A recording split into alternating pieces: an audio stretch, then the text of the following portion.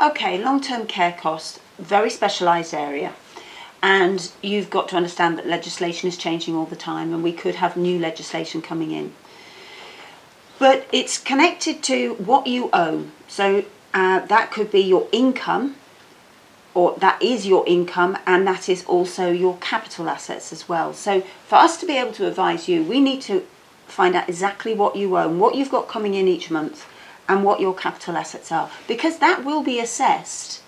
If you have a need to go into care, that will be part of the assessment. The actual 3 assessments that you'll receive are a general health assessment to see whether you need to go into care or not, then a continuing healthcare assessment to see whether actually you have a need for NHS care, free care, or whether you're going to have to pay for your assets. And if you are going to have to pay for your assets, they then do a financial assessment. So if we know what you've got, we know how, if we can protect those assets. And we have various methods and measures to be able to protect those assets on your behalf.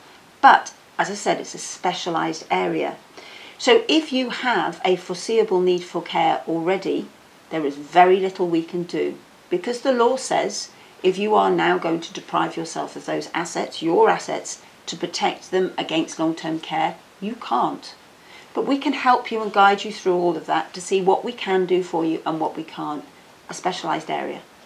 Capital assets, your house, your savings, and those could be ISAs or cash in the bank. There are some assets such as certain bonds that can't be taken in your care, but we need to break down exactly what you've got. So your pension is income, but your fixed assets such as what you own are your capital assets.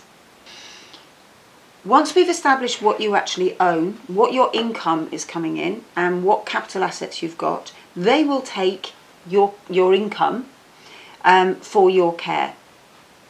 They won't necessarily take all your income if you've got a spouse still left at home, because your works pension will usually be divided in 2 and half of it left for your spouse. But the rest of your income will go in your care. Now, if the cost of your care is X, and your income is Y, if there is a difference between X and Y, the balance has to be covered by your capital assets.